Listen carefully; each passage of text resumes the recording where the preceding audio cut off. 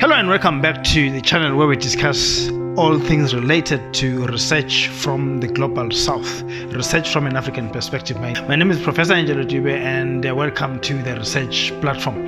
Today we have a guest, a very vibrant young scholar. He will introduce himself. I call him SK sometimes, I call him Sikelela sometimes. He'll tell you who he is. Welcome, Bud. Thank you, Bud. Thank you for having me. It's a pleasure. It's a pleasure. So yes, my name is Sikelela, short for SK, but I always prefer SK because I always find Sikelela too long, and I always associate Sikelela as when my parents have got a bone to pick with me. Like whenever I do anything wrong, they will never call me by the nickname. It's always Sikelela. Then you know. Then I know it's going down. But yes, I'm Sikelela and I'm very happy to be here. Thank you for the invite. And I'm a researcher and I'm an academic and I'm a PhD candidate and I'm a social political blogger as well. You're wearing many hats. Many hats. Which is encouraged and which society often doesn't comprehend, because for society you're either a teacher or a bus driver or a policeman. You can never be all three. The pigeonholing by society. Which is what we're trying to debunk with platforms like this. Yeah. No, welcome Sikelela, and it's good to have you on board. Thank you. On the research platform. You did mention what's happening in your career right now, but those briefly, do you want to perhaps dive deeper into that? No problem. So I did my undergrad law degree at the University of the Free State, and I also did my master's degree, which I graduated cum laude. Okay. All right. I have earned the legendary cum laude. Exactly. I earned the right to always say that. So I completed my LLM with the Free State Center for Human Rights under the supervision of Professor Pretorius and Advocate Leon Gerber. It was in mining and constitutional law, and my title was the constitutional imperatives for the development of the artisanal and small-scale mining sector.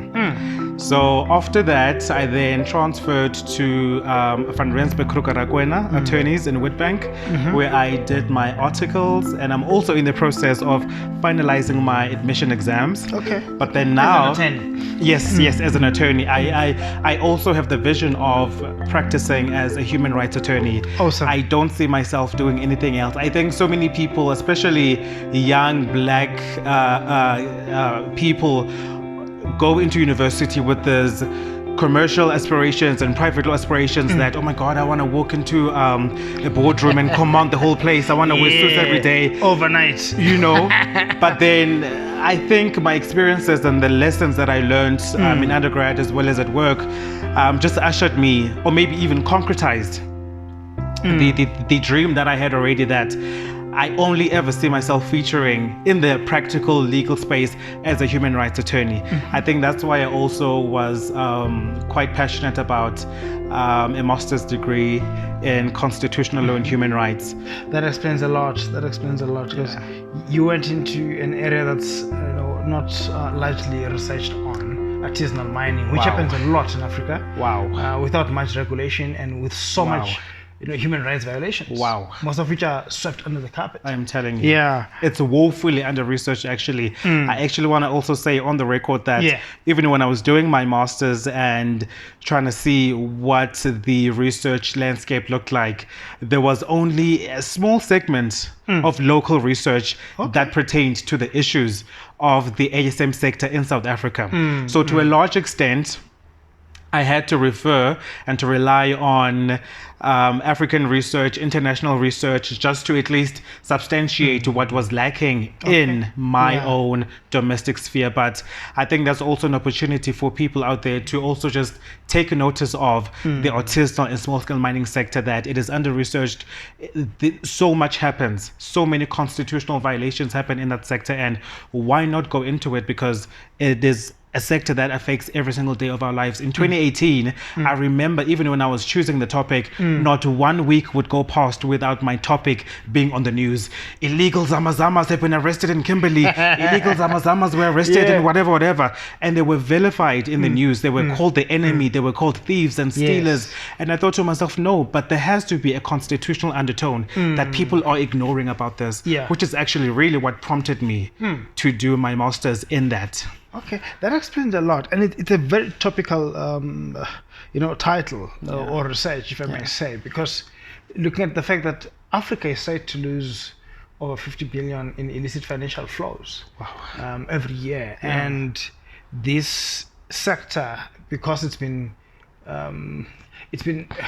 what can I say? It's been othered. It's been rendered the black sheep of the economics, of the economic ladder. So they're left out there. They are branded as the, thieves, as the undesirables. And what that robs us is an opportunity to interrogate how much they are suffering and how much of that system is allowing illicit financial flows to flow out of Africa, benefiting the West and not Africans. That's interesting. I've known you for more than 5 years now. Yes. And when I first met you, you were still a lighty and in my third year of undergrad. But exactly. Yeah. You were at that level. But we clicked, and what I liked about you was that you were able to punch above your weight, and look, I've seen you play with the big boys. I've seen you, I've co-authored with you, I've co-published with you, I've co-presented with you at international conferences. What made you, go that route? I mean, because I sit here and I think, what made me work with you? And I don't even know, but we just found ourselves working together, many years ago. So how did you do it? How did you handle that whole process? Like in undergrad, when I discovered that the topic that I wanted to write about for my LLB thesis was so underrepresented at my campus. And I remember asking my professor that, why is it so underrepresented when it's so important and affects every single corner of the world? And his answer was just frankly, he does not know. So I knew definitely that I wanted to do a mini thesis in international humanitarian law. So then he encouraged me to look online on Google and see what articles I can read, what books I can order, what workshops I can attend. So that's when I actually discovered the conference where we met. Yes, the ICRC one. Yes, it was. It was the ICRC conference co-hosted by UNISA back in 2015. So, I even remember applying for it, and it was the most daunting thing because I saw even on the tagline it was for professionals and practicing attorneys and doctors and what have you, and there was no, accommodation not for 10 years. Exactly. Hey, come on and bring the third year law student. But I thought to myself, listen, I'm going to shoot my shot. If I fail, I fail. But then what if I don't? If I don't? So then I applied for the conference, and fortunately I got admitted to it. So that's really where I think the sense of going the extra mile for me, both in my personal life as well as my career life, as well as my research life, was really triggered. That you don't really have to use what is at your disposal right now. Sometimes what is at your disposal is far less than what you need to do the things you need to do. So don't feel the shame, or don't feel the confinement of, no, I can only use what's in front of me, otherwise I'm breaking the rules if I'm going the extra mile. I mean, had I not actually gone the extra mile, I would not have met you at that conference. I would not have co-authored with you in the same year. I would have not have traveled with you to Namibia, where we co-authored another presentation. I would not have met so many people I'm still in contact with from so many countries, Nigeria, Sudan, Tanzania. So I think just that sense of advocacy and being my own defender really, I would like to think, served me well. And I would say even in my tenure as the research assistant at the Free State Center for Human Rights, I I co-authored with our postdoc fellow, Dr. Mwizangata. I'm also in talks with him today about co-authoring a whole new paper. So it's basically this ever-changing, ever-evolving process, which is so beautiful, that started really as this daunting task of, do I really just go the extra mile and apply for this conference that's going to help me draft my mini dissertation? So it started then, and we are here today. That was a good move, man. I still remember the trip to Namibia, driving from Cape Town to Swakopmund. That was the most grueling trip ever. It was actually more grueling driving back. Exactly. Driving there, because the fun was, and the excitement was gone. Yeah. We had presented. Exactly. We interacted with people at that conference. Now we had to drive back to Cape Town. It was truly, and I just remember thinking, oh Lord, I feel like I should have just flown from Namibia to East London or wherever.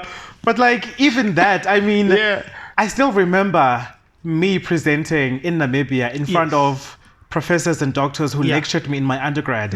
They had no idea that I was even there, because I was not there in connection with the University of the Free State. Yes. Yeah. I remember walking into the room and they were all seated in the same row. Yeah. And they were actually presenting right after me.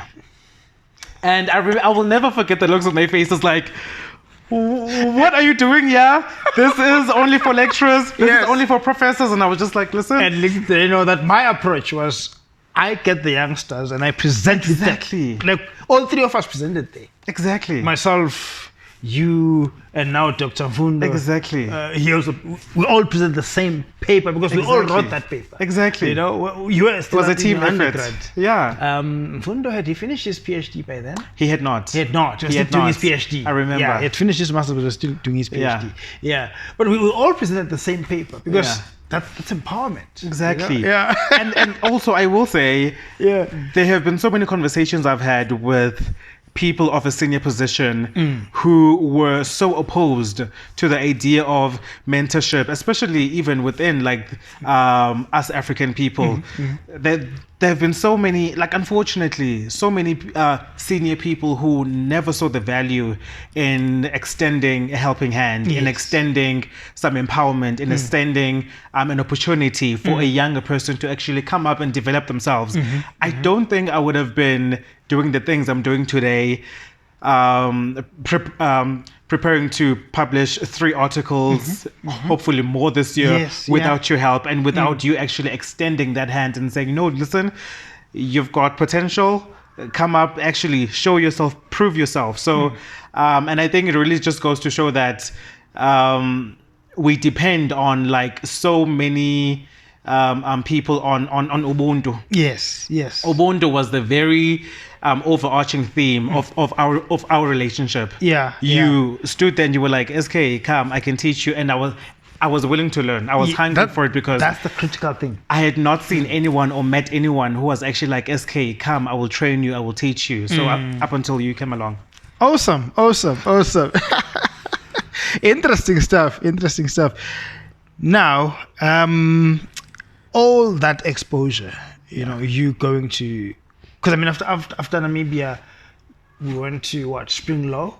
Junison did another presentation there as well, and from then on it was just conference after conference. That now played into your masters as well, and I was going to ask you more about it, but I think you've already told us a lot about the masters, so we can just jump the gun as I always do. Now, the other thing that could be said about your journey is that some may say you left legal practice for academia.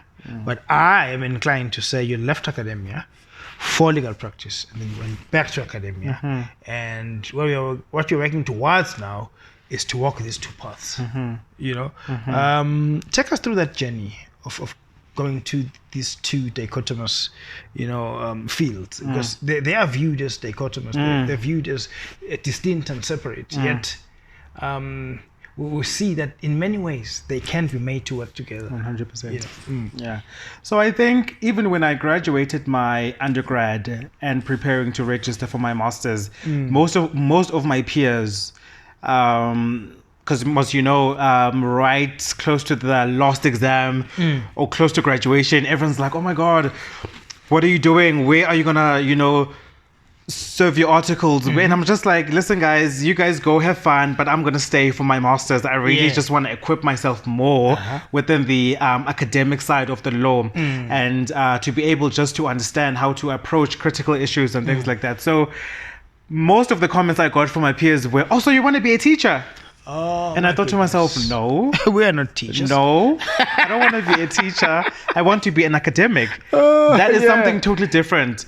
And with all respect to my teachers, what a difficult and honorable job it is, and a thankless job at that. But academia and teaching, it's not the same thing.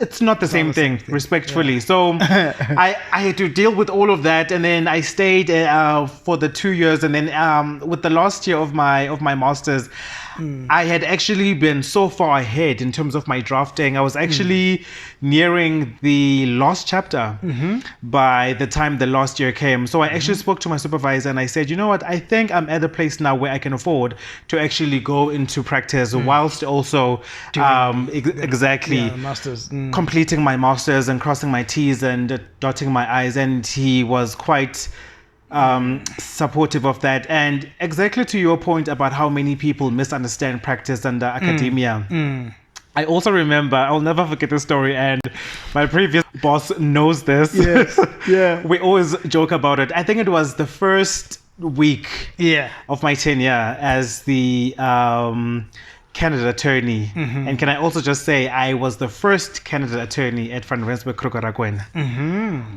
And I remember even in the interview, my boss said he was just apprehensive about hiring me because I come across as too researchy.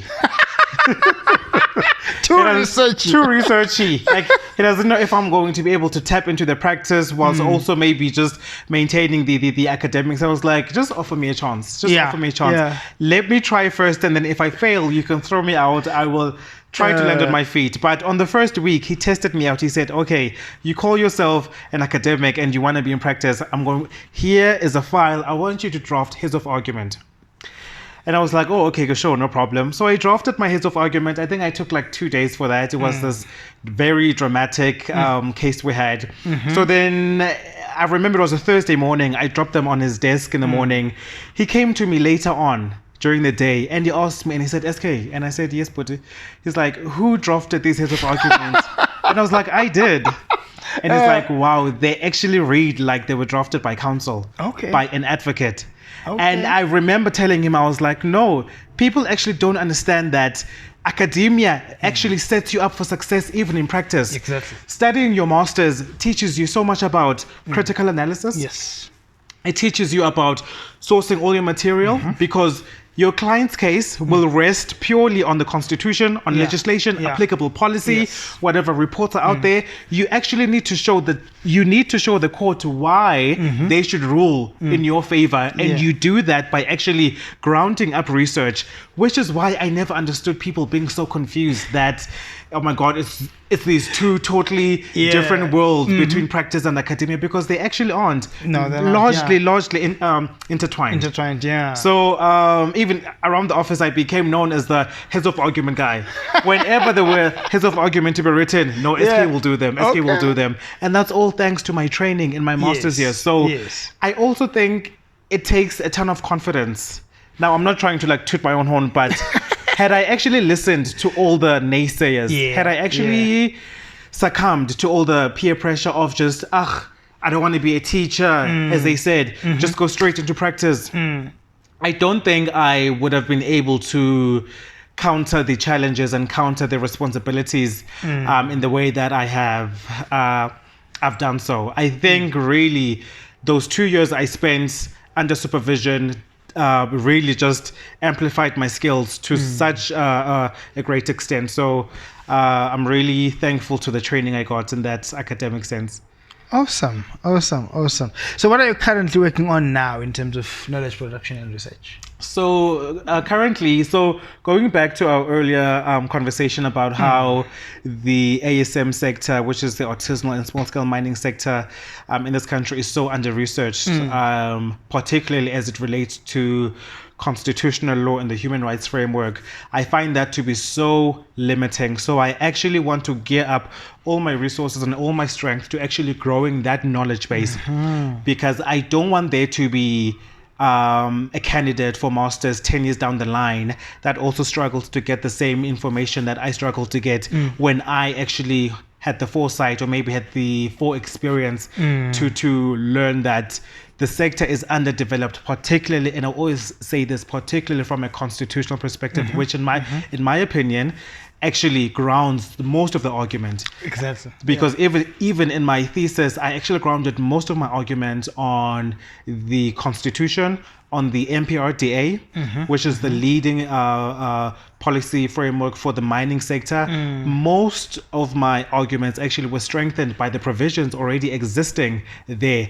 Even in the recommendations, I did not have to argue too much for new laws or new regulations. I had to argue for actual putting into action and political will and a proper understanding of the sector. We already have the constitution there, but we need to now tailor all the interventions and tailor our efforts actually to molding the sector into what it is to be. So I'm working towards that, and that's also the focal point of my PhD as well. Okay. Just exploring how the previous interventions were so ill-fitted and inappropriate to the needs of the ASM sector. So that will play a large part in my PhD as well. And also even in my articles, I am focusing on human rights, mining law, constitutionalism, and democracy. So that's just the sphere that I operate in at the moment. Okay. No, it's good to see that you've dovetailed your master's into your PhD. In other words, you've not strayed too far from what you studied at master's level. Yeah. It will make your doctoral research much easier to handle than it would have been if you had strayed and started on a totally new thing altogether. But the fact that you're still within the constitutional framework, you're still studying that in relation to the ASM sector. Yeah. It means you will not struggle much, to finalize your doctorate. Yeah, hopefully. Now, there's an interesting meme. Memes are thought to be fairly new, but I think memes are very, very old. Some are like 200 years old, 300 years old, But this one is a meme, but it's not necessarily your meme in today's terms, but it still is a meme. It goes like this. It says that if you want to hide anything from an African, put it inside a book. Which is partly true and partly false. True in the sense that most of our people don't want to delve into reading, which is why people were discouraging you from doing a master's, because it required more reading, But also partly false because it paints everyone with the same brush. It says Africans don't read. But whether that meme is true or not, it still leaves us the fundamental question to be answered. Are we really into knowledge generation, knowledge production in Africa? And if not, what can be done to sway everybody back to knowledge production? Because this continent used to produce, world-leading knowledge back in the day before we were colonized. We built the pyramids. We had universities in Timbuktu. We taught medicine. We had medical operations done on people. We practiced diplomacy. We did everything, before even the West could do some of those things. We were doing them. What went wrong, and how can we turn Africa back to knowledge production? I think it is very unfortunate that us as Africans operate in this context, or maybe global context, I should say, because most of those opinions and most of those adages actually are perpetuated upon us by people who are not African, by people who don't even understand what Africanism is, what it means to be a black person, what it means to be a black academic. Those accusations are leveled at us in efforts to make us dumb, to make us teachable, to make us impressionable to whatever the world or whatever the global idea is of of Africa. And I've got such disdain for that move because, like you say, it paints everyone with this broad stroke that is the most dehumanizing and the most just untrue fact ever. But I also will say that people should not, and now I'm just going to speak in direct reference to my peers who discouraged me so much, at undergrad level from doing a master's because, no, you're going to become a teacher, blah, blah, blah, all that reading, no, don't, whatever. I think we can't escape the truth that there are some sectors where reading is just indispensable. In law, we will have to read cases. Yes. Whenever a case comes out of the constitutional court, it might change your argument. Exactly. That you were going to put before the court next week. So even in practice, you must read. You must research. You must research. You must read. Otherwise, you're losing that case. Exactly. Imagine how embarrassing it would be for me to stand before a magistrate and say, "This is the basis and then the law that I'm resting my entire argument on," and then have the magistrate say, "No, but that position was overturned last week." But because I did not read, I'm now caught.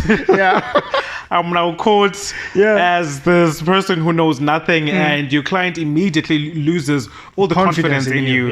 So it's the most. I would not want to be in that case, but.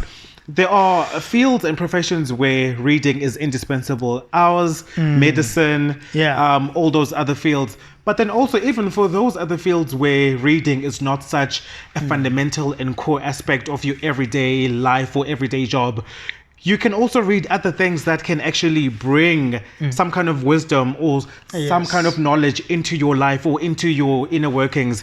For instance, I love to read autobiographies. I mean, now, besides all the academic reading that I'm almost prescribed to read because it's part of my job. I read a ton of autobiographies. I read... For instance, I got this book, I think a couple months ago, where I was so interested on the dilemma between two sports players. And the media had... Not tennis. It was tennis. I knew. It was tennis. So we all know what the media had said about these two players, why they hate each other, why they are age-old rivalries. But I wanted to actually understand from the players' mouths that what has always been the issue. We understand the competition and the sport, but what actually caused this rift between you guys that has been sensationalized internationally, wherever you guys are on a court together, millions and millions and millions of people tune in because, oh my God, it's... all these two players, So I got the book and I read it in like 4 days because it was such a page turner. That was not an academic book. It was not a book that would have changed my opinion on law, whatever. But it also does not preclude the opportunity for me to learn something through the lived experiences of other people. So people should never narrow view their lives to say, no, my field requires this, this, and this. Therefore, I will... detach from this and that. Always open up your horizons, because then you are also enriched. The way you think, the way you understand concepts, and the way you understand ideas is also enriched. So you then also have more to give to the world. 90% of the time, this is just a guesstimate. The youngster in third year of his LLB or her LLB is focused on one thing. I want to be a top advocate. I want to be on SABC and be seen pulling my bag into the Concord to argue a high-flying case. Nothing else. What's your tip? What's your advice to such a youngster? Should they try lesser-known legal routes? I think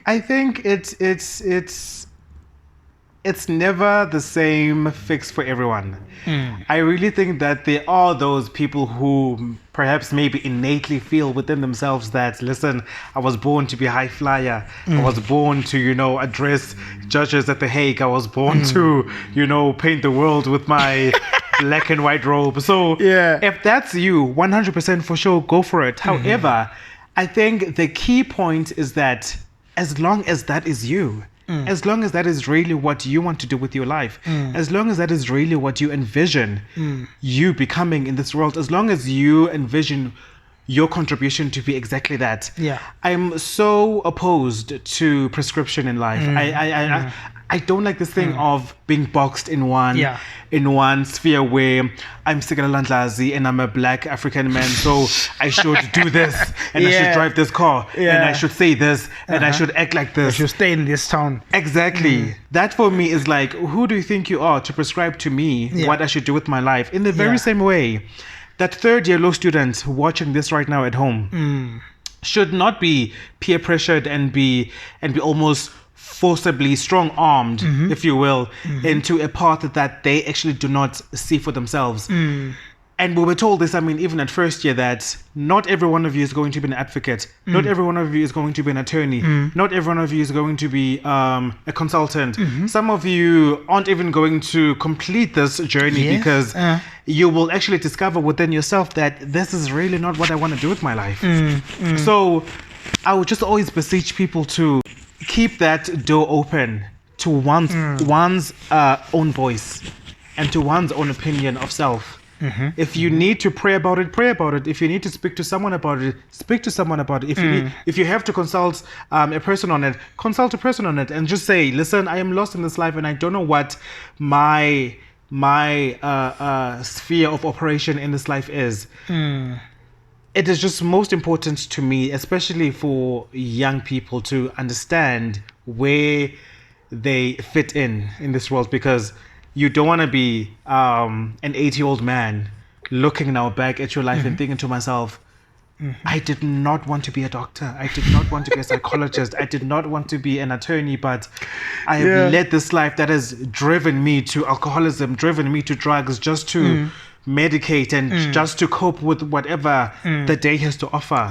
Whatever that you feel in your heart of hearts was meant for you and was built for you, go ahead and do it.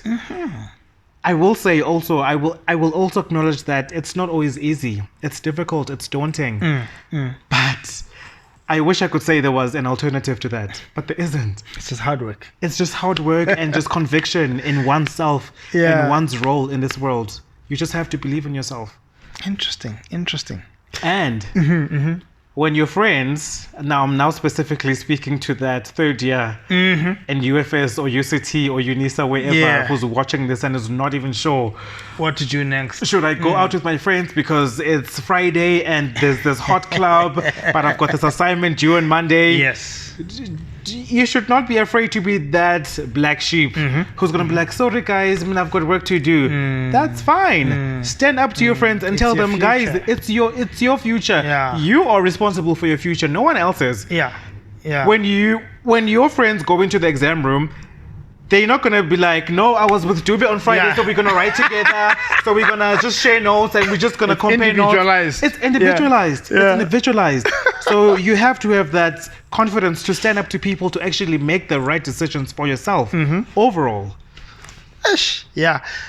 These are very loaded nuggets of wisdom. And I hope whoever they're intended for, grabs them and runs with them, because I often use third year deliberately, because both second and third year are dangerous years. You think you've arrived, you think you know, but really you're just a sophomore, you know nothing. I've had students come to me for advice at that level, second year, third year, and I ask them, what do you want? What do you want to do? And most of them will tell you, no, I'm going to be the biggest lawyer South Africa has ever seen. Okay, go for it. Some will vacillate between, I want to be a lawyer, I want to be in academics, I want to do that, I want to travel. I'm like, okay, academics will make you travel. Okay, that's before Corona. We don't know now. Sure. I haven't traveled in 2 years. Same. My passport hasn't been stamped in 2 years. It's a boring life.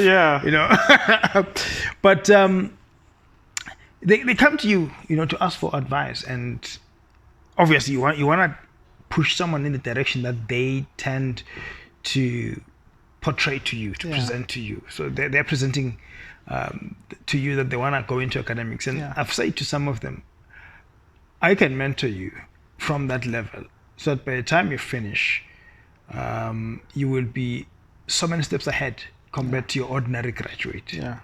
And I think because of this peer pressure and the fact that the so-called traditional specializations in law are so much in their face. They get pressured, and then they start slacking in that mentorship that you're providing for them. And then they graduate, they think they're going to be pushing cases at the Concord and stuff like that. And then they realize, no man, this is not what I want. Because I've had people come back to me so many years later, like, Prof, remember we once talked? I'm like, I can't even remember we talked. Bring me up to speed. What did we say when we talked? Then you realize they didn't take the advice. They just ran in the opposite direction and realized that's not my thing. And they're coming back now to trace their steps. Now they're remembering, hey, I once spoke with this man and he said this and that and I didn't take it. Maybe still available. Let me go check him out. So that's why I often like using the example of a third-year student, because it's the stage of confusion, really. 100%. And also, even in varsity, third year is around the time where the big shot law firms and the corporations start, recruiting and seeing what the young talent is out there. And people might really be just sucked into that world of, oh my God, I just want to stroll around with this briefcase all around. But again, I'm going to say, people should do that as long as that's really who they truly are. There are people who are truly made for that, and there are people who are made for academics and are purely critical thinkers. So I just want people to detach and remove from this idea that there's a hierarchy to this field where people must pursue what exactly makes them alive. Exactly. Pursue whatever makes you alive. Otherwise, also I also will say, the reason that when I was in practice still doing my articles, I did not get paid overtime or weekend time, but I had no problem with going to the office on a Saturday to push that work, to push my files, because I had a stack of files like this against the walls, and clients were phoning me every single day. Mr. Ndlazi, how far is my case? Mr. Ndlazi, what does the magistrate say? So I never actually had to push myself or struggle, or actually had to like grovel all the way to the office, because that is work I truly enjoyed. I always saw that within the prism of, I am giving to someone, I am actually serving social justice. I am changing someone's life, even if it is in a microcosmic sphere or level. So whatever a person wants to do, it will not feel like work. It will not feel like you have to drag your way to it, as long as it's something that you love. Nice. Let's talk about mentorship. I've mentored a handful of people. A country. A country full of people. Okay, that's me being modest. You know me better. You know how many people I've mentored. It's a long list. And some of them come back to me and say, dude, what can we do to thank you? And I always say, you don't have to thank me. For me, mentorship comes from within. It's something I do effortlessly. The only way you can thank me is to pay it forward. Exactly. You find someone one day and you mentor them. Exactly. Let's discuss mentorship. Mentorship also comes in many different forms. I don't think people should wait up until they are in their minds in a position of authority, in a position of power, in a position of, okay, now I've made it so I can bring other people. Mentorship can also be answering the phone from your friend who's calling you to ask, hey, Sikelela, I've got this question in my head and I don't even know how to approach it, whatever. I am by no means, a doyen in the legal field. Not just yet. But also that... but you're willing to assist. But I'm willing to assist. I'm also willing to open the door and actually have a conversation. Mentorship also should not be construed as me standing there with authority and saying, okay, the answer to your questions is 1, 2, and 3. Maybe it's how about approaching it from a different angle? How about exploring the question from a different understanding? How about maybe transforming or rethinking the entire concept totally? Maybe mentorship also comes in the form of asking questions. And then maybe your peer can be like, you know what, like my friend's right. So mentorship should not be something that, even though it works best when there is like a superior and mentee exactly relationship, but we should also extend it to social relationships between our friends, between our colleagues. I can't tell you how many times I've phoned friends on cases where I'm like, okay, I'm exploring this, I'm exploring that, I'm exploring this. Even my colleagues, they'll be like, okay, how about this, how about this, how about that? That's okay, because it opens up avenues of thought. So it's very important, and you will also find that it actually might even be the difference between a person making it and not making it. Maybe your contribution to that person was what they needed to actually understand that, okay, this is what's required of me. And then maybe having done that, they are able to push all the boundaries around them. They are able to accomplish exactly what they wanted to accomplish, and maybe actually develop and grow into a more evolved and better presentation of who they are. Yeah, basically, mentorship is indispensable for anyone's career growth. Yeah. Because quite often we want to boast and say we're self-made. I don't believe in the concept of a self-made person. Yes, we're hard workers, but all of us are where we are today because someday, at some point, somewhere, somebody held us by the hand and said, young man, follow this path. You know, so it's imperative. I'm glad that you understand that mentorship should start not only when you've arrived, but even as you journey towards the goal. As you climb the ladder. You can still be a mentor at that level. Sikelela, it was lovely chatting to you, man. Thank you. Thank you for coming through Thank to you for having platform. me anytime. I'm excited for this. I hope your story will challenge other people. It will excite other people and bring back the passion in them. I've seen you grow. I've seen you, from an undergrad presenting at international conferences. I've seen you grow from that to a master's. I've seen you move into legal practice, and you're back in academics now, pursuing your PhD, researching, working in academics. It's a lovely journey to actually watch, and I can't wait to see you taking matters to the African Court, taking matters to the ICC, in the future, because I think you are planning to play at that level, take it all the way up. Good people, I hope that was a useful video, an enjoyable one, and if it was, please do click the like button below, and do not forget to share this amongst your community of researchers, your community of knowledge seekers. All we ask is that you copy the link of the video that you like, or the link of the channel itself, and paste it in your social media so that others can get to see the things we're discussing here. It is the only way we can make Africa a great nation that it was. We could always say Maibu Africa, and Africa is only if we all chip in and do these things. Until next time, from my guest Sikelela Ndlazi and myself, Professor Ndlazi, keep well. Remember, COVID-19 is still doing the rounds. Mask up, sanitize, social distance, be safe. Cheers.